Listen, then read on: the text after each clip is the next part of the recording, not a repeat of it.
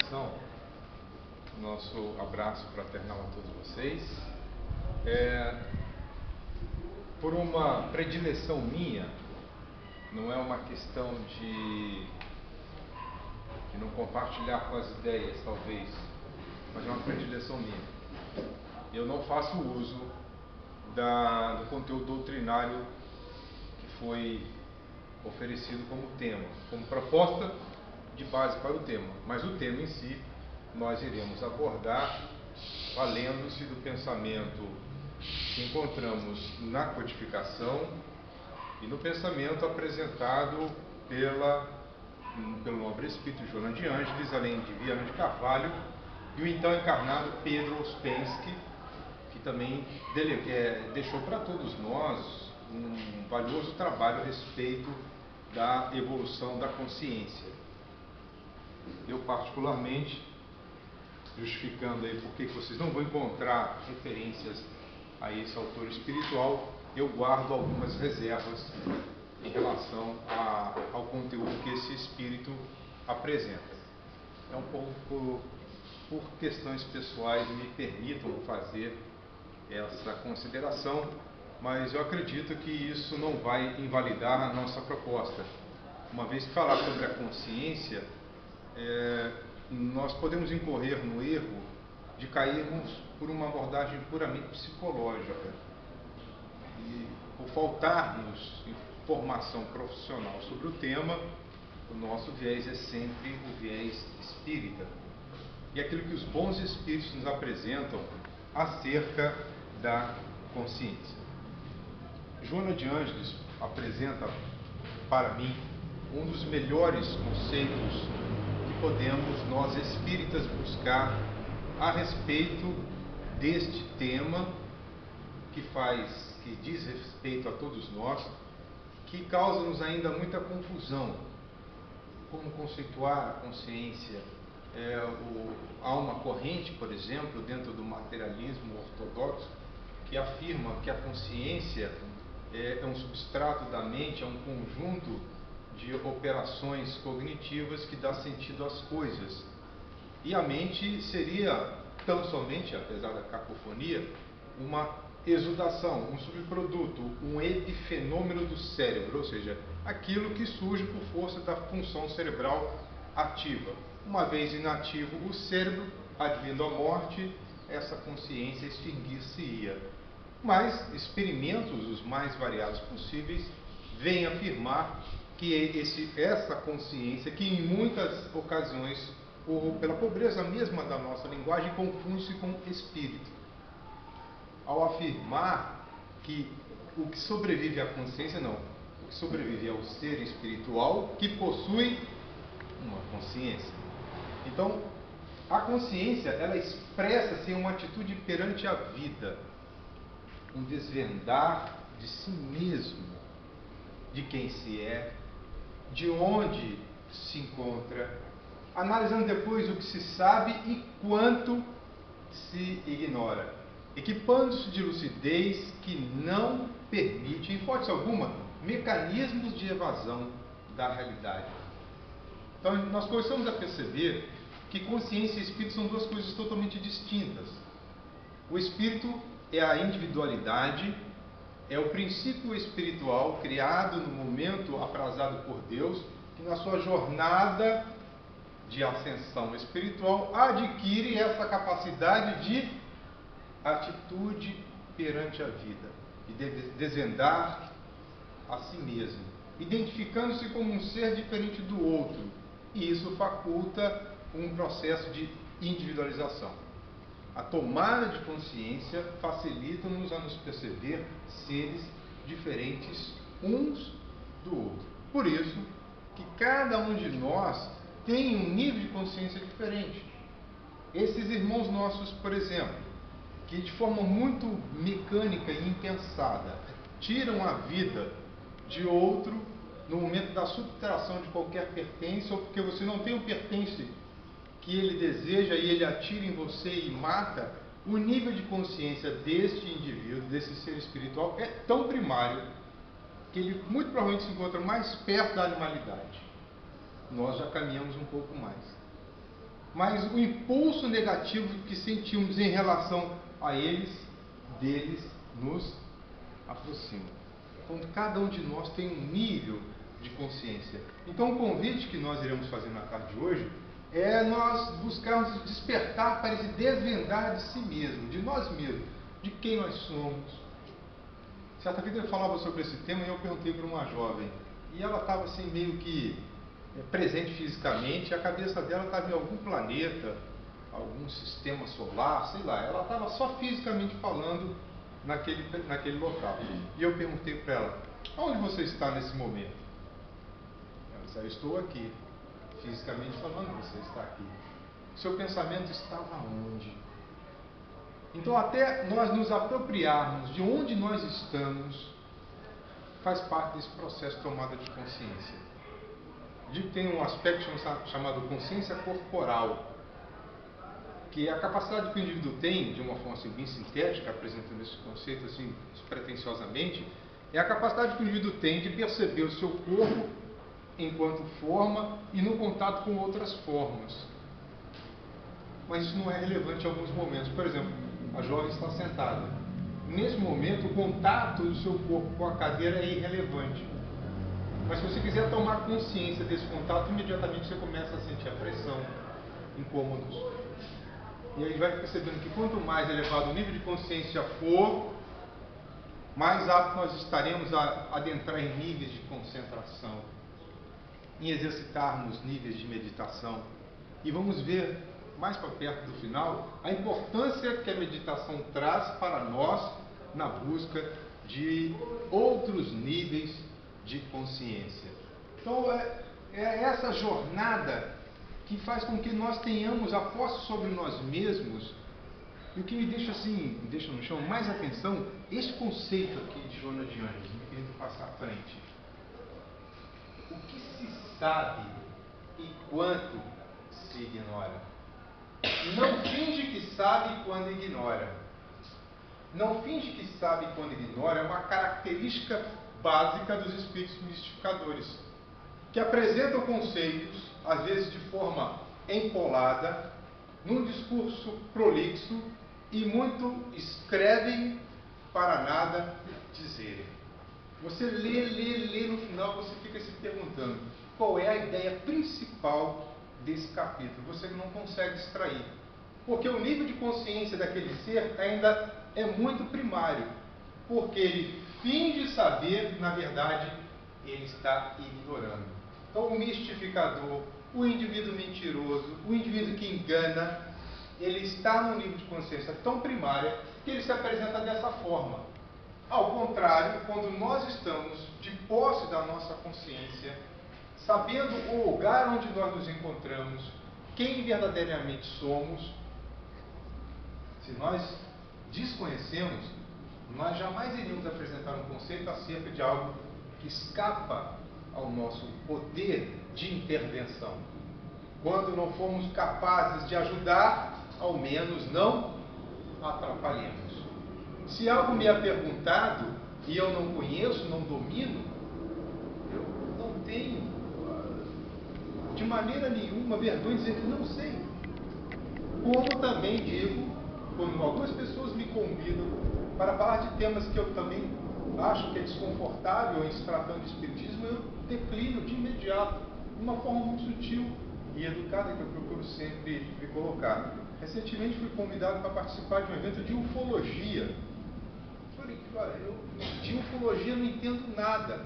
Não, mas vai ser ufologia e espiritismo. Eu falei, pior ainda, porque eu não vejo vinculação de uma ciência com outra. Agradeço pelo convite, mas é um assunto que eu não me sinto à vontade de abordar. Desejo toda sorte do mundo aos organizadores, mas eu não tenho a capacidade, a competência para discutir esses assuntos. Tampouco aparenta desconhecer se sabe. Tampouco aparenta desconhecer se sabe. Muitas das vezes nós nos omitimos em algumas situações quando poderíamos efetivamente contribuir. Aí pode entrar aspectos, por exemplo, da timidez, da introspecção, o que demonstra também uma dificuldade, uma consciência ainda embotada, que se expressa de uma forma dificultosa, Trata-se, portanto, de uma tomada de conhecimento lógico. A gente vai percebendo que a consciência é uma propriedade, uma capacidade do espírito de manifestar-se de forma a mais autêntica possível. Os espíritos apresentaram esse conceito de uma forma interessante na questão 835, quando afirma-nos que a consciência é um pensamento íntimo que pertence ao homem. Agora, essa palavra pensamento íntimo é um pensamento que surge da intimidade. A palavra intimidade aqui está relacionada, basicamente, às profundezas. E as profundezas do espírito, segundo uma proposta de Joana de Ângeles, nada mais é do que o self. Ou seja, somos nós mesmos. Então é um pensamento que vem lá do fundo. E o que é que está inscrito nesse pensamento? O que é que ele manifesta para nós, senão as leis divinas? Na nossa consciência estão gravadas as leis divinas. E Joana afirma, os psicólogos da atualidade afirmam, qualquer bom espírito afirma, quando estamos por cometer algo de ruim para nós ou para outrem, imediatamente surge um sinalzinho amarelo. Olha, não faz. Mas alguns processos internos que demonstram uma consciência ainda em fase de desenvolvimento, e movido talvez pelo ego doentio e todo o seu conjunto de mazelas que ele carrega, em especial o orgulho e o egoísmo, a gente vai e faz. Em oposição àquele estímulo que surge das profundezas do nosso ser, como a nos alertar, olha, tome cuidado. Mas a gente não dá ouvidos e acaba dando com os burros na água. Depois não podemos chorar dos resultados que advirão, uma vez que lançada a semente, um dia haverá de haver a colheita. Então, já que a semeadora é livre, a colheita ela surge da mesma forma, como obrigatoriedade para aquele que semeia. Então, o que tem a ver conhecimento e consciência, uma vez que Joana apresenta no seu conceito que é a busca do conhecimento do que se é, de onde se encontra, das suas limitações, das nossas possibilidades. E o problema é que andamos muito cercados pelas nossas limitações. É preciso que nós comecemos a analisar a nossa vida por meio das possibilidades que estão ao nosso alcance. Quando olharmos para nós como um ser com um grande potencial de realização no bem, não há obstáculo algum que seja insuperável. De maneira nenhuma. Porque nós temos uma força interna que Leon Denis denomina de potência da alma, uma delas. Isso está no livro O Problema do Ser, do Destino e da Dor, chamada vontade. Se o indivíduo quer, ele realiza. Mas se ele nada quer, tudo fica em plena estagnação. Aí eu digo para os jovens, os dois jovens, todos nós que somos jovens de uma maneira ou de outra, né? Você tem um objetivo na vida, quer ser alguma coisa, meu amigo, corra atrás dos seus sonhos. E acredite que será possível realizá-lo. Isso chama-se o exercício da vontade, essa força que move o espírito na realização daquilo que ele almeja. Então, nesse processo de conhecimento, qual é a relação que guarda o conhecimento com a consciência? Bom, fatores essenciais à vida, para que a consciência comece a despertar. Nós poderíamos dizer que a crença em Deus é o primeiro indício de que o indivíduo está caminhando para o despertar da sua consciência. E ela é inata, mesmo naqueles que afirmam ser ateus. Há algo incompreendido para eles, talvez não nominado como uma divindade, mas como uma força, uma consciência mais ampla. Mas essa crença inata em Deus é o primeiro indício de que o indivíduo está no rumo da ascensão da sua consciência. Mas não somente na crença em Deus, na pré-existência e sobrevivência da alma, no valor do bem, esses constituem valores essenciais à vida para que eu tenha uma vida mais saudável possível. E entendo uma vida mais saudável, eu manifesto níveis cada vez mais elevados da nossa atividade mental, portanto, da nossa consciência. Mas para isso, para que essa expansão da consciência ela ocorra, alguns passos precisam ser percorridos por nós. Essa proposta está apresentada no livro Momentos de Consciência, que é uma obra muito interessante de ser lida, fica aí a dica para todos nós. A autora é a Joana de Ângeles. A expansão da consciência enseja a descoberta dos significados profundos da vida. Por que eu estou encarnado? Ou por que eu estou vivo? Certa feita uma jovem perguntou, será possível Deus descriar alguém? Olha que pergunta interessante. Filosoficamente, ela fez essa pergunta porque ela estava num momento existencial muito difícil. E ela afirmava que não havia pedido para ser gerada. Ou seja, eu não pedi para nascer. Bom, o problema é que ela, em sendo espírita, minha filha, você não foi criada no momento da concepção, você pré-existia isso. Olha, desculpa, eu tenho 10 criados. 10 criados de glória. Olha, foi uma pergunta que ela me fez. O descriar seria, será que Deus poderia, uma vez criado, ele poderia desconstruir a criação? Foi a pergunta que ela me fez.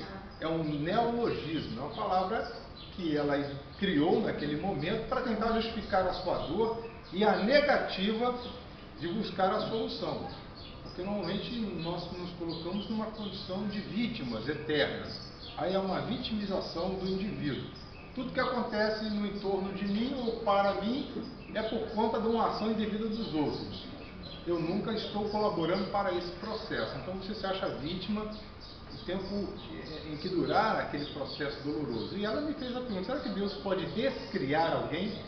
Eu falei, olha, eu não tinha feito essa pergunta a Deus. Faça ao Criador. Mas como que ele irá me responder? Medite.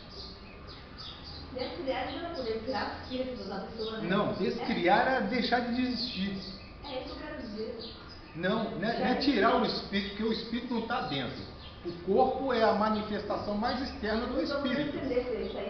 Não, no conceito dela, ela queria ser descriada, ela queria ser destruída. Ela não queria mais existir nem enquanto ser espiritual. Tamanha era a dor e a decepção dela com a vida, que na verdade retratava alguma coisa que ela fez no passado. É um conflito que ela vivia. Entendeu mais ou menos a jogada? Então, quando nós buscamos entender o significado profundo da vida, nós vamos de encontro ao significado profundo da dor. Existe uma obra chamada A Doença como Caminho, também uma obra fantástica, que vai ter um outro livro chamado Simbolismo, acho que é o Simbolismo da Dor. Tem a dor como caminho, o simbolismo da dor. O outro, segundo livro, acho que é esse o nome. São dois médicos que escrevem essas obras e que trazem na sua intimidade respostas para o que sofremos, o porquê sofremos.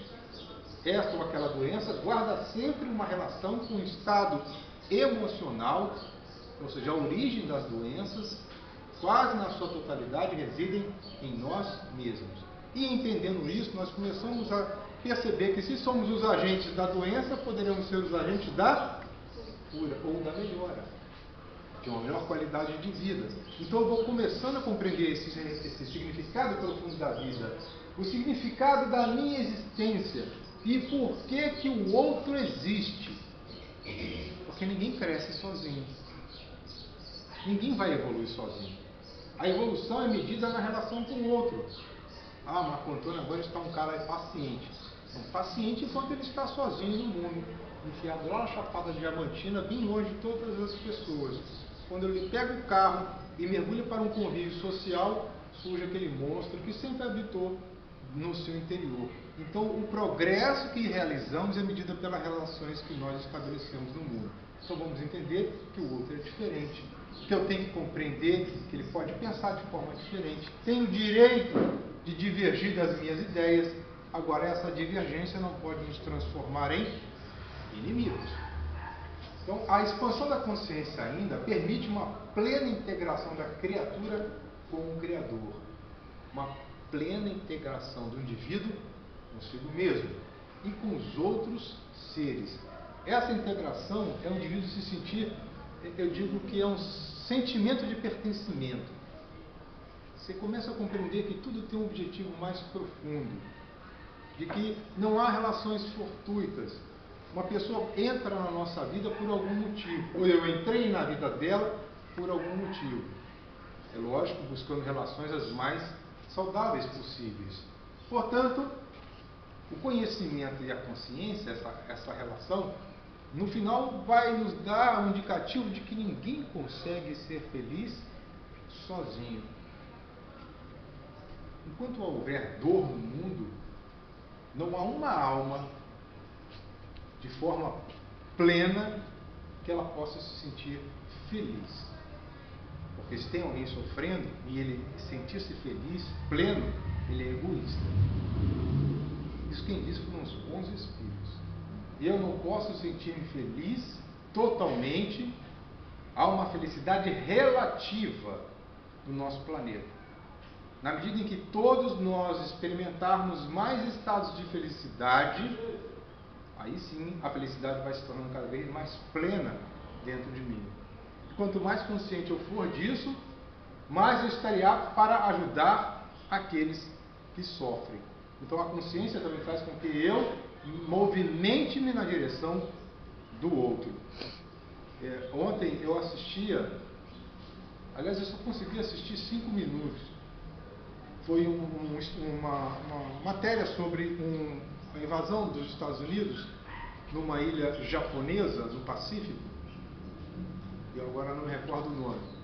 E os japoneses faziam uma campanha contra os americanos e induzia as pessoas de que, uma vez fossem levados à derrota, que todos fizessem um suicídio coletivo. Porque os Estados Unidos era a expressão máxima da divindade demoníaca, que eles haveriam de sacrificar as crianças para produzir o alimento para si. Então, eles criaram uma estratégia de informação.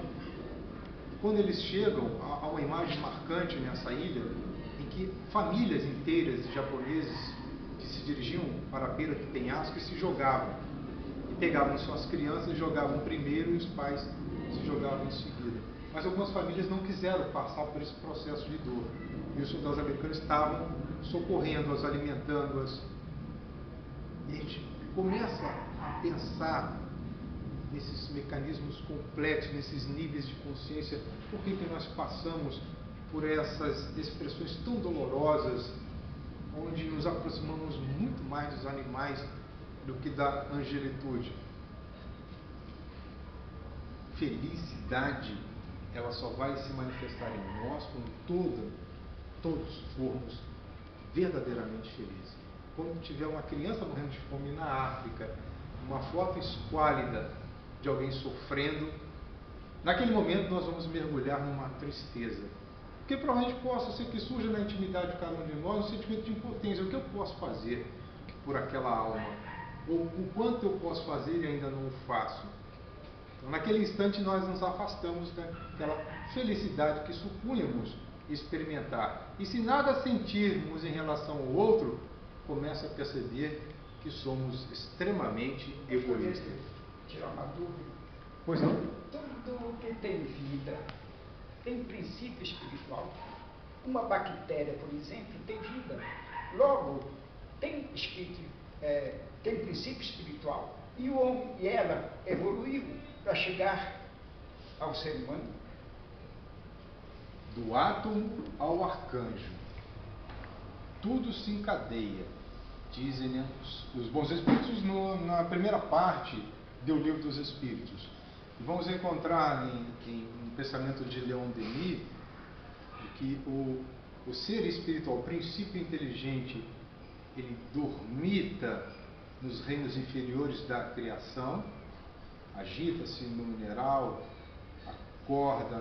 acorda no hominal, sonha no animal e acorda no hominal.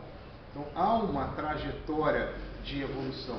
Há um princípio espiritual, um princípio inteligente que ao longo do processo evolutivo vai agregando experiências. O mineral ele agrega informações sobre o controle das moléculas, da coesão, da temperatura. Pois no vegetal ele começa os primeiros ensaios da reprodução. O animal ele passa por as primeiras experiências do amor, do controle, na reprodução. Os instintos se manifestam de forma mais precisa, adentra na experiência hominal. Então há um elo que encadeia. É lógico que falar sobre esse viés de princípio espiritual, princípio material, demandaria horas a fio. Mas o princípio espiritual é aquele que em determinado momento desperta para a compreensão de tudo que é em torno dele, dele mesmo, da natureza, de Deus. Então são os primeiros arroubos de uma consciência que se manifesta de forma individual. Eu acho que bactéria não tem nada a ver com espírito. Bactéria tem a ver com sujeira. Você não acha? Eu não vou entrar na discussão porque não é o objetivo. Nós estamos falando no processo da evolução do princípio. Você falou da bactéria. O ser, o princípio inteligente, que não é espírito, agrega-se à matéria nos reinos inferiores da criação, até os animais superiores somos nós, os seres humanos. É na experiência humana é que ele se individualiza e a sua consciência começa a dar os primeiros passos na compreensão de si, do outro, de Deus. Tudo que é para trás, não podemos falar ainda de consciência. Mas ele falou aí. Sim, nós estamos fazendo uma ponte entre as duas colocações, de tal sorte que fique claro. Nos reinos inferiores da criação não há consciência, porque a consciência é um pensamento íntimo do homem. E o pensamento só se manifesta de forma contínua na espécie humana. Os animais não produzem pensamento contínuo. Produzem pensamentos fracionários que denotam um grau de inteligência rudimentar, mas incapaz de produzir um processo de comunicação compreensível. Ponto. Então a consciência é um marco característico na evolução do princípio espiritual quando ele inicia a sua experiência no reino hominal. Esqueçamos bactéria, esqueçamos protozoários, as amebas, as primeiras formações unicelulares. Eu parto do seguinte princípio: Deus é amor. Sim. Basicamente isso, Deus é amor. Todos os animais, por mais irracionais que sejam, têm amor dentro de si. Logo, tem Deus dentro de si. Tem Deus porque fazem porque parte tem da vida criação. e porque tem amor. Tudo que é criado traz dentro de si um aspecto da divindade. O processo é diferente no ser humano porque ele consegue compreender a manifestação de Deus dentro de cada um de nós.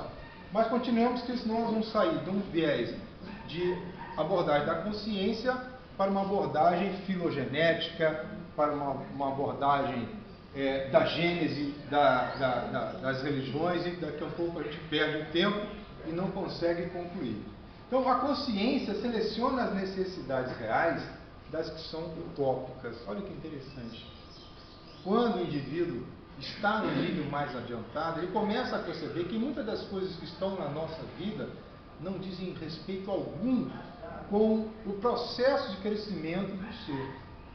Muitas das opções que nós realizamos, muitas escolhas, também não agregam valores, patrimônio ao ser espiritual. E quanto mais nós observarmos a vida assim, menos sofreremos. Porque tudo que for coisa, tudo que for objeto, em não sendo uma propriedade nossa, ou nós não ainda temos adquirido a capacidade de possuí-los, aquilo não constituirá para mim nenhum tipo de sofrimento e nem tormento. Recentemente, um canal desse passou um filme sobre a vida do Padre Felipe. O Padre Felipe, na Baixa Idade Média, era um sacerdote que pegava as crianças abandonadas pelas famílias, as famílias mortas por guerra, por peste, e cuidava num ambiente extremamente simples. E eu peguei um diálogo muito interessante onde umas crianças disseram, quando eu crescer eu quero ser, quero ir para a cruzada, eu quero ter grande extensão de terra. E o padre perguntou, e você, padre, o que você gostaria de ter nessa vida? Eu falei, nada. Mas como não, padre, não ter nada? Eu falei, porque não ter nada me faz feliz, porque eu não sofro. Se eu nada tenho, eu não preciso me preocupar em ter. E o que eu tenho já me basta. Mas o que o senhor tem que já lhe basta? A vida. Então, esse desapego às questões materiais também representam, para o ser em crescimento, um aspecto de uma consciência mais aclarada. Então, surgem as necessidades reais e começamos a esvaziar a nossa vida de muitos objetos, de muitos sentimentos, de muitas emoções, de muita coisa às quais nós nos apegamos, principalmente o corpo físico. É um apego perto do desencarne, perto da morte, surge um pavor, porque você não quer, ou ressente, ou tem medo, porque ainda não tem muito bem a certeza do que há de virá, porque as escolhas realizadas ao longo das nossas vidas, elas foram muitas das vezes pautadas em situações utópicas. Mas a partir do momento que nós fazemos essa seleção, abre-se espaço à realização interior, que induz ao amor como meio especial de alcançar a plenitude.